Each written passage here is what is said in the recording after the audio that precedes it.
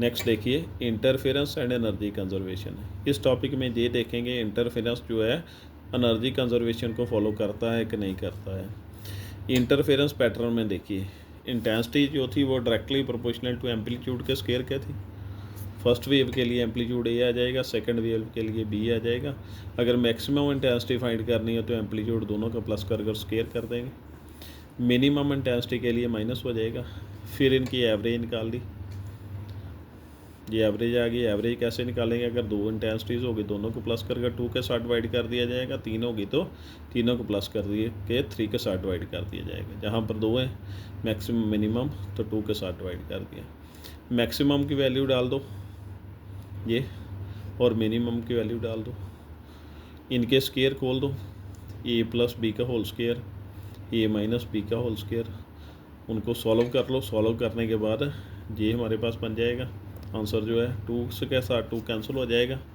ये average intensity आ गई interference pattern के लिए। अब जब इंटरफेरेंस नहीं होगी सीधा इनकी इंटेंसिटी को प्लस कर दिया जाएगा, तब I equal to I1 plus I2। I1 की वैल्यू के ए स्केयर, I2 की वैल्यू के बी स्केयर। ये कॉमन निकाल लोगे तो इसका जो आंसर आ गया जब इंटरफेरेंस नहीं हुई, इसका जो आंसर आ गया वो इंटरफेरेंस वाली एवरेज इंटेंसिटी के इक्वल ही आ गया।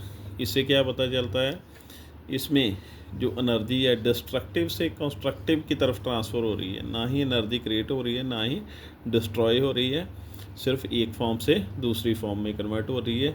इसलिए इंटरफेरेंस जो है वो एनर्जी कंजर्वेशन को फॉलो करता है।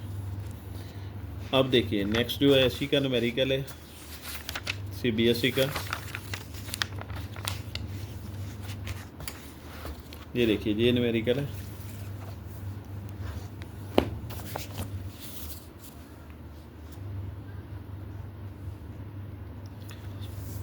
ये सीबीएसई का न्यूमेरिकल है। The ratio of intensities, intensity की रेशियो दे दी गई मिनिमा टू मैक्सिमा, यानी कि मिनिमम है और मैक्सिमम दोनों की रेशियो दे दी गई। In Young's double slit experiment ये रेशियो दे दी गई I minimum upon I maximum 9:25। Find the ratio of width of 2 slits.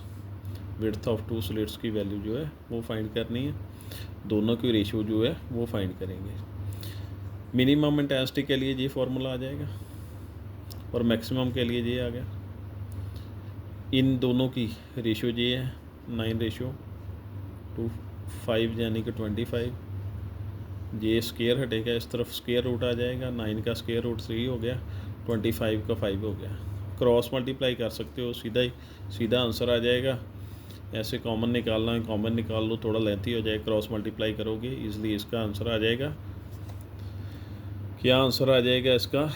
A upon B का आंसर क्या आ जाएगा? 4 आ जाएगा। जो स्लिट विड्थ है वो इंटेंसिटी के डायरेक्टली प्रोपोर्शनल होती है, और इंटेंसिटी जो है वो क्या फार्मूला अभी बताया, आई इक्वल टू में लिखोगे तो ये आ जाएगा, डायरेक्टली में लिखोगे तो एम्पलीट्यूड के स्केयर के डायरेक्टली रिलेशन में आ जाएगी इंटेंसिटी।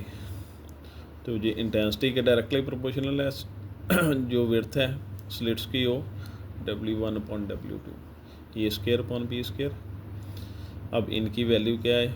4 का स्केयर करोगे तो ये क्या बन जाएगी? 16 जो है वो बन जाएगी।